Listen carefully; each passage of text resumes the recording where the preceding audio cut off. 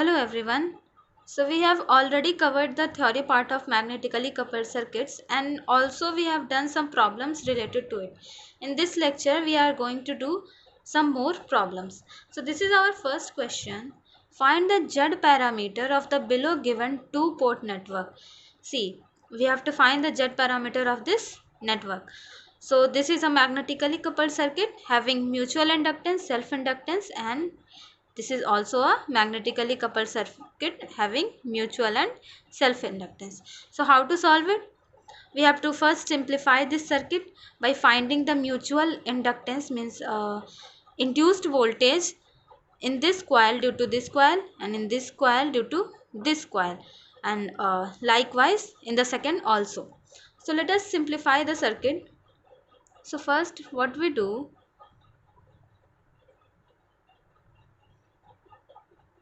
we simply connect a dependent voltage source with all the inductors.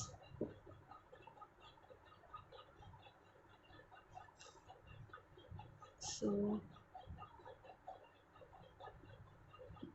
this will be the circuit, and now our next task is to what?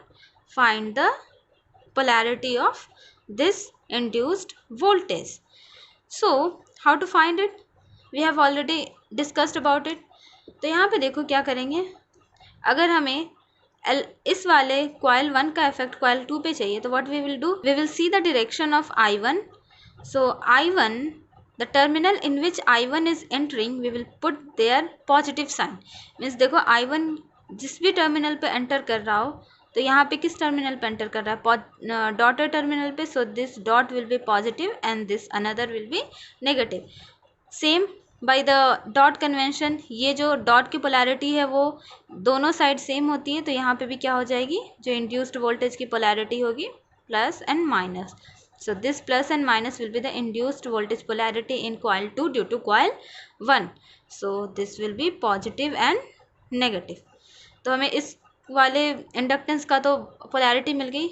Likewise हम लोग इसका भी करेंगे. अब देखो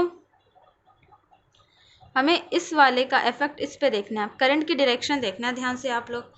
सो current is flowing like this. So यहाँ से आई किस वाले टर्मिनल पे एंटर कर रहा है? इस वाले टर्मिनल पे. So we will put here as positive sign and other as negative simply. अब सेम जो डॉट की हमारी पोलैरिटी होगी वो इस वाले में भी हो जाएगी. मीन्स डॉट पे हमारी कौन सी नेगेटिव पोलैरिटी है, सो this will B negative and this will B positive. तो यही जो पोलैरिटी होगी वो किसकी पोलैरिटी होगी? इंड्यूस्ड वोल्टेज की. So the polarity of this will B negative and positive, isn't it? Sorry, negative and positive. Again हम लोग इस वाले में भी देख लेते हैं. इस वाले में देखो करंट इधर से आ रही है, सो पॉजिटिव एंड नेगेटिव. सो यहाँ भी positive negative, so this will B positive negative. इस वाले में देखो फिर से पॉजिटिव पे आ रही है, मतलब यहाँ पे पॉजिटिव हो रहा है डॉट पे, सो यहाँ पे भी पॉजिटिव होगा. सो इस वाले में ये होगी हमारी पोलैरिटी. तो हमने अपना दूसरा टास्क भी कर लिया, दैट इज इंड्यूस्ड वोल्टेज की पोलैरिटी देख ली. अब इसकी वैल्यू क्या होगी simply. So this induced voltage, ये जो करंट हमारी कॉइल 2 में फ्लो कर रही थी, इसकी वजह से हमारा इंड्यूस्ड वोल्टेज कॉइल 1 पे जनरेट हुआ है, isn't it? So the value of this will be mutual inductance means M and D. इस वाले कॉइल में जो करंट जा रही है उसकी वजह से हो रहा है. सो करंट तो हमारी सेम है सिंस, सो यहाँ पे क्या हो जाएगा, D I by D T. Similarly यहाँ पे क्या होगा, M D I by D T. And इस वाले में क्या होगा, इधर से I1 एंड सॉरी इधर से I1 आ रही है ना, तो इसे आप मान लो I1, ये तो I1 आ रही है और इधर से I2. So this will B M D I2 by D T and this will B M D I1 by D T. तो ये तो हो गया हमारा इंड्यूस्ड वोल्टेज. चलो अब इसे हम लोग क्या करते हैं, सिंस हमें जेड पैरामीटर निकालना है तो हम लोग क्या करेंगे, इसे एस डोमेन में लिखेंगे. तो when we write it in S domain, this will be S L हमारी जो I1 थी वो I1S हो जाएगी. This will also be SL and this will SM I1S. Similarly, this will SM I1S and this will MS I2S and MS I1S and this is I2S. This is SL and SL. अब क्या करेंगे हम लोग इस वाले में KVL लिखेंगे. तो ये हमारी सर्किट है in S domain. One more thing, here it is V1S and here it is V2S. So चलो इसकी हम लोग Z पैरामीटर निकालते हैं. So for finding Z parameter what we will do, we will simply apply KVL in both the loops, means this side and this side. तो इस वाले में जब हम KVL लगाएंगे तो क्या लिखेंगे, ध्यान से देखना, माइनस V1S, फिर this one SL means SL I1S minus of this one, that is MS I1S. then again इधर से मूव करोगे minus, so minus MS I1S. this will be S plus of SL I1S. this again this coil means this is self inductance, that is SL I1S. this is SL I2S and this is SL, sorry this is, ये तो हम लोग voltage की equation लिख रहे हैं ना. चलो, सो SL I1S and then this induced voltage means this dependent voltage source, that is MS I2S is equals to 0. अब देखो ये वाली term MS I1S and MS I1S ये 2 बार रिपीट हुई है, means and this SL I1S ये 3 बार repeat हुई है. So you can write it as V1S is equals to I1S. तो क्या हो जाए, देखो S कॉमन ले लो, this is 3L minus 2M I1S isn't it, and plus SM I2S. तो ये हमारी किसकी इक्वेशन निकली, V1S की. नाउ V2S निकालते हैं. चलो, सो इधर से मूव करो, minus V2S, this then this one, that is SL I2S and this dependent voltage source MS I1S equals to 0. so V2S will be what, this will be SM I1S plus of SL I2S.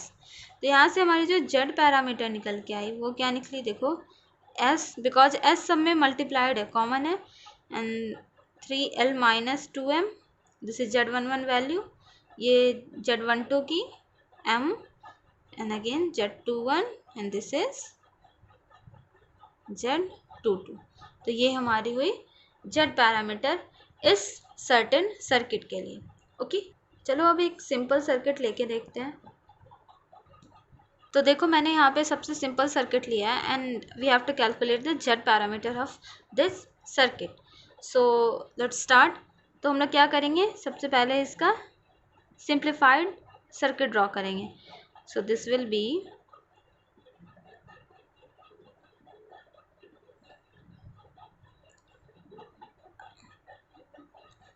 now again we will have to find the polarity of this induced voltage, isn't it? And since we are going to find Z parameter, so better to take in it S domain. So let us write it as V2S, this is V1S, this is I1S and this is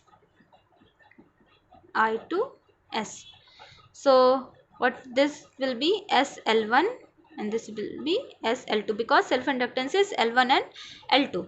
now about the finding the polarity of this induced voltage. Now अब आप लोगों को ये पता चल गया होगा, तो मैं डायरेक्टली लिखती हूँ. देखो ये plus minus, this will B plus minus and this will B also in this type of polarity. And इसकी वैल्यू क्या हो जाएगी, SM I1S एंड इसकी SMI2S। नाउ अब हमारा थर्ड स्टेप क्या था, we will have to write the KVL in both the loops. So write down the KVL। So V1S, from here move in this direction, so SL1 I1S, and this will be plus of SMI2S is equals to 0. So V1S is equals to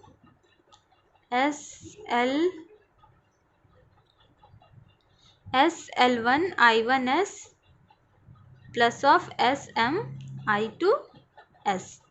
Now in this loop, that is V2S will be what, SL2 I2S, and this will be plus of SMI1S। तो ये जो हमारी value हुई वो किसकी value हुई, Z11 की। This is Z12, this is since I1 यहाँ पे तो Z21, and this is Z22. So Z parameter will be simply, S को बाहर निकाल लो, L1 M L2। देखो ये तो मैंने Z पैरामीटर निकाला इस सर्किट का। अब अगर मुझे T नेटवर्क लिखना हो, इससे मीन्स एक T नेटवर्क प्लॉट करना हो इस Z पैरामीटर का यूज़ करके, तो can I plot, yes of course. देखो उसकी वैल्यू क्या क्या हो जाएगी। सो सिंस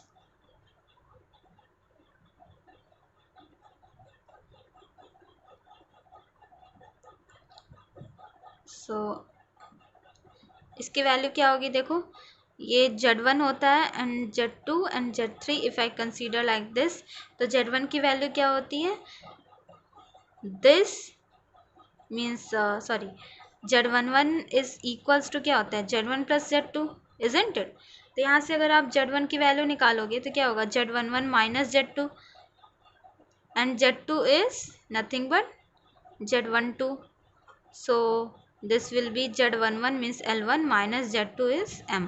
तो यहाँ पे इसकी वैल्यू क्या निकल के आएगी, L1 माइनस M, इसकी M, and this will also B L1 minus M। तो देखो ये तो हमने टी नेटवर्क ड्रॉ किया। अब इस केस को हम लोग बोलते हैं सपोर्टिंग।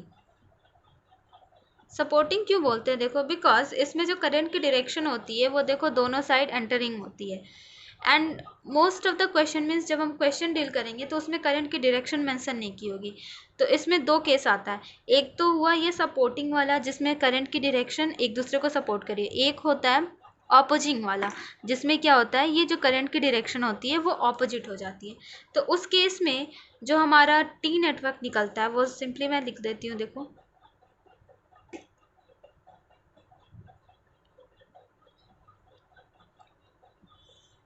तो उस केस में जो इसकी वैल्यू होती है L1 प्लस एम होती है, and this will minus M, and this is L1 plus M.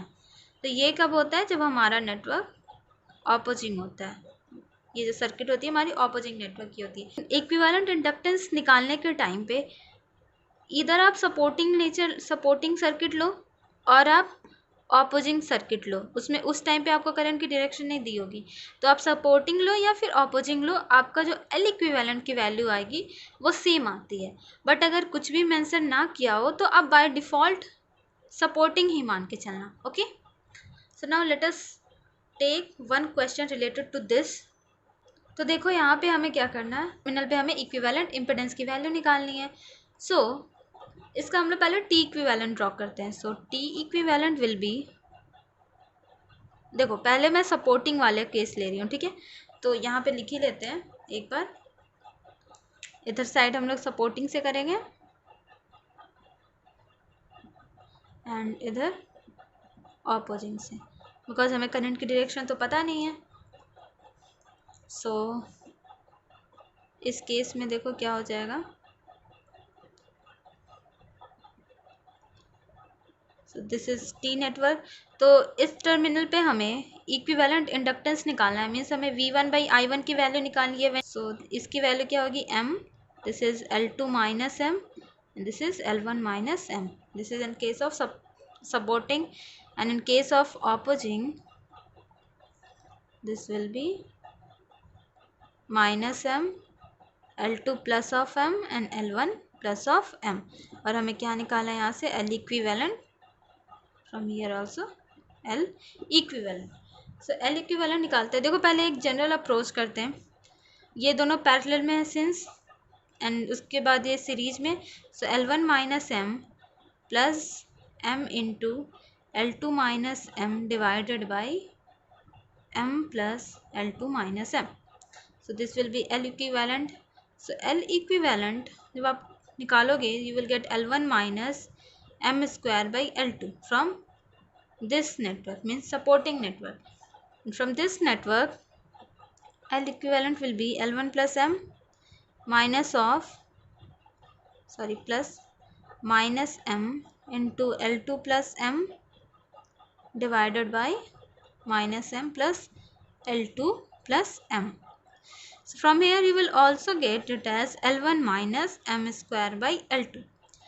तो अब आप देख सकते हो कि अगर हम सपोर्टिंग भी कंसीडर करें या ऑपोजिंग भी कंसीडर करें, इससे L इक्विवेलेंट की वैल्यू पे कोई इफेक्ट नहीं पड़ रहा है।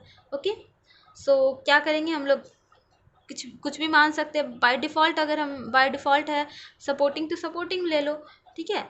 तो L इक्विवेलेंट कितना हो जाएगा, L1 minus M square by L2, that is L1 की वैल्यू कितनी है बताओ, this is 10 minus M square 2 square by 4, so it will be 9 henry. So L equivalent कितना हो गया हमारा, 9 हेनरी। चलो अब कुछ पॉइंट्स देखते हैं regarding ideal transformer. Means ideal transformer के केस में कैसे हमारी प्राइमरी वोल्टेज और सेकेंडरी वोल्टेज को हम लोग रिलेट करते हैं, और प्राइमरी करंट और सेकेंडरी करंट को रिलेट करते हैं। बिकॉज देखो आइडियल ट्रांसफार्मर में क्या होता है, ये जो सेल्फ इंडक्टेंस की वैल्यू होती है ना वो इन्फिनिटी होती है, मीन्स इन्फाइनाइट होती है। तो उस केस में आप कैसे सॉल्व करोगे, मीन्स अगर कोई सर्किट में हमें आइडियल ट्रांसफार्मर दे दिया और फिर हम लोग उसे कैसे अप्रोच करेंगे। तो चलो पहले आइडियल ट्रांसफार्मर की कैरेक्टरिस्टिक्स को देख लेते हैं। Okay,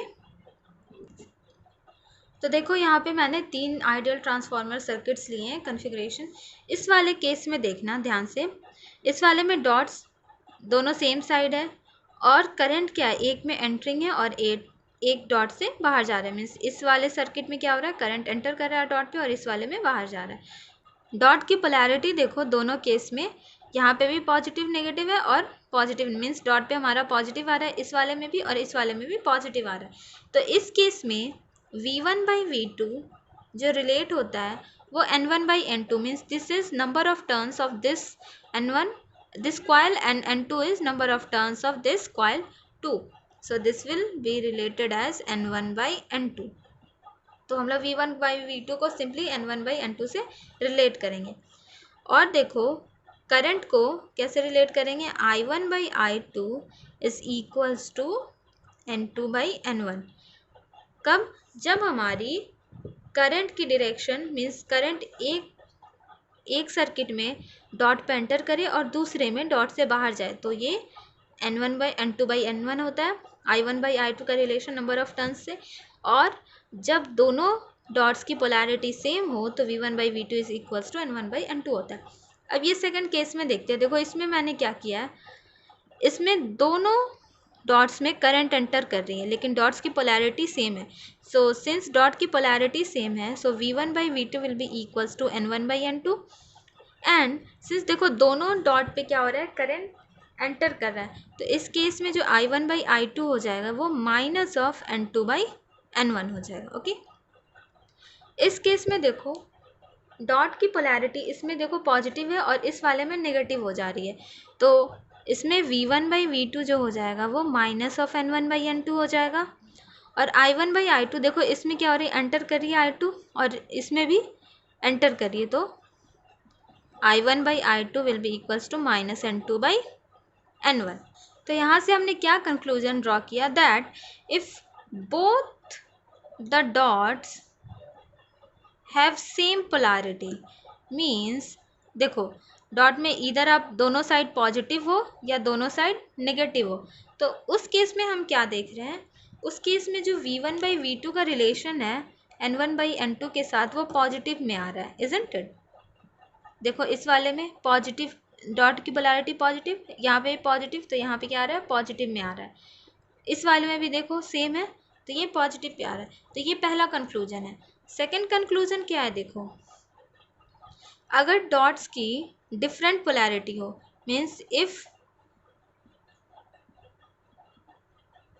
different polarity of voltage at both the dots, means एक में अगर पॉजिटिव हो तो दूसरे में नेगेटिव, या फिर एक में नेगेटिव हो तो दूसरे में पॉजिटिव, तो उस केस में क्या हो रहा है, उस केस में v1/v2 की जो रिलेशन आ रही है वो -n1/n2 आ रही है। यहीं पे देख लो आप, यहाँ पे डॉट पे पॉजिटिव है और इस साइड में डॉट पर नेगेटिव है, तो ये क्या हो रहा है -n1/n2। अब आते करंट का। देखो करंट में पहला क्या हो रहा है, जब दोनों डॉट पे करंट जब एंटर कर रही है, मीन्स सेम बिहेवियर देखने को मिल रहा है। या तो लीव करें, देखो यहाँ पे दोनों डॉट में एंटर कर रही है तो यहाँ पे क्या हो जा रहा है, नेगेटिव हो जा रहा है। यहाँ पे भी एंटर कर रही है तो दोनों पे क्या हो जा रहा है, नेगेटिव हो जा रहा है। Means same behaviour of current, write down same behavior of current at both dots, that is current enters or at both dots और leaves। तो सेम बिहेवियर होगा तो क्या होगा, I1/I2 is equals to -n2/n1 हो जाएगा। और वहीं अगर डिफरेंट बिहेवियर होगा तो डिफरेंट बिहेवियर में, ये फोर्थ पॉइंट आप लिख लेना, सेम है बस डिफरेंट कर लेना। डिफरेंट बिहेवियर ऑफ करंट अगर मिलेगा तो I1/I2 जो होगा हमारा वो +n2/n1 हो जाएगा। तो ये थी हमारी केसेस। ये 4 पॉइंट हमेशा ध्यान रखना इन while dealing with the problems related to ideal transformer। Okay, so एक प्रॉब्लम करके देखते हैं इस आइडियल ट्रांसफार्मर का यूज़ जहाँ पे हो रहा हो। ओके, तो देखो ये गिवन सर्किट है, इसमें हमें क्या करना है, V2 की वैल्यू फाइंड आउट करनी है। मीन्स दिस V2, यहाँ पे जो ट्रांसफार्मर दिया है वो हमें क्या दिया हुआ है, ideal transformer. So ideal transformer में सबसे पहले हम लोग क्या देखेंगे, देखो यहाँ पे n1/n2 का रिलेशन भी दिया है 5:2, तो E1 और E2 में रिलेशन निकालते हैं, n1 और n2 के टर्म्स में, और I1 और I2 में रिलेशन निकालते हैं। तो देखो यहाँ पे डॉट पे पोलैरिटी क्या है, इधर साइड पॉजिटिव और इधर साइड भी पॉजिटिव है। सो V1/V2 क्या हो जाएगा, means E1/E2, sorry here E1/E2 ना, E1/E2 will be simply n1/n2, that is 5/2। And देखो करंट की डायरेक्शन देखो, इस डॉट से लीव कर रही है एंड इस डॉट से भी लीव कर रही है। सो करंट की डायरेक्शन क्या हो जाएगी, मीन्स I1/I2, सेम बिहेवियर है, सो -n2/n1 मीन्स 2/5, -2/5। अब क्या करना है, हमें सर्किट को सॉल्व करना है। तो सिंस ये V2 निकालना है तो चलो क्या करते हैं, हम सबसे पहले इस वाले लूप में KVL लिखते हैं। सो इस वाले लूप में जब आप KVL लिखोगे तो क्या लिखोगे, देखो -80 plus this 40 into I1 and this is minus of E1 is equals to 0। इसे आप मानो इक्वेशन 1, ठीक है। अब आते हैं, अब मैं क्या करूँगी, इस वाले नोट पे मीन्स यहाँ पे मैं इस यहाँ का इक्वेशन लिखूँगी, इसे मानो आप V2 है, this is V2 isn't it.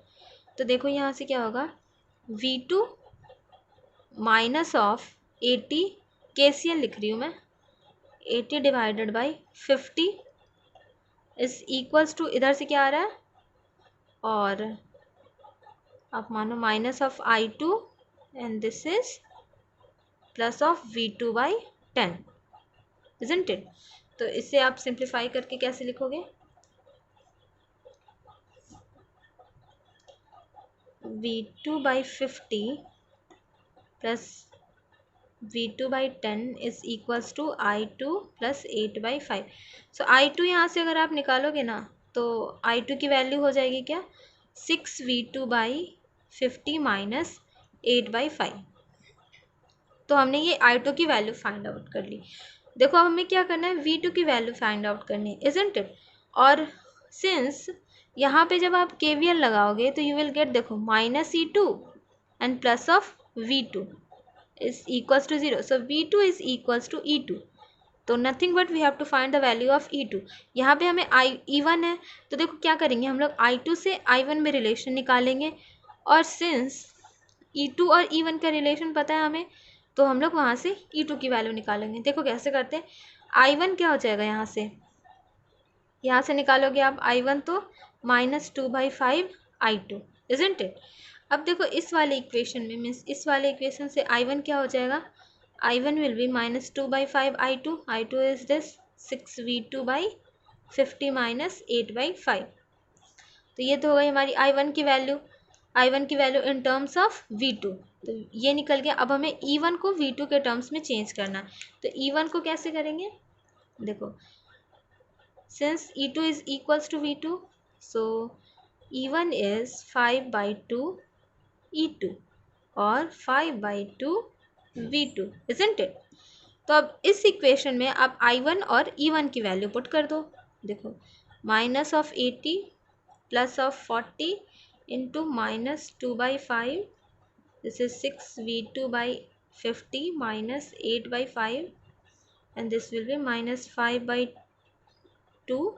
V2 is equals to 0. यहाँ से 5 8 जा 40, so -80, and this will be how much,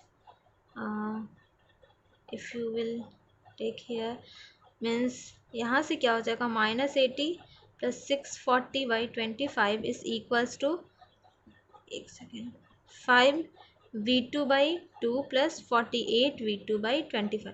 तो देखो यहाँ से आप V2 को कैलकुलेट करोगे तो you will get V2 as -12.31 volt. तो इतने कॉम्प्लिकेटेड सर्किट सिंस गेट में नहीं आएंगे, बट आपको हर एक चीज़ का यूज़ करना आना चाहिए. मीन्स जैसे मैंने आइडियल, अगर इतनी कॉम्प्लिकेटेड नहीं आएगी, बस बट इससे रिलेटेड तो आ सकती है ना. दैट इज़ इस आइडियल ट्रांसफार्मर को दिया हो और सिंपल सा सर्किट दिया हो, तो उस केस में कैसे आप डील करोगे क्वेश्चंस को. Okay, so that is about the problems on magnetically coupled circuit. तो नेक्स्ट लेक्चर में हम लोग फिल्टर्स देखेंगे, और यहाँ पे हमारा चैप्टर एंड हुआ है मैग्नेटिकली कपल्ड सर्किट. सो मिलते हैं नेक्स्ट लेक्चर में. Thank you.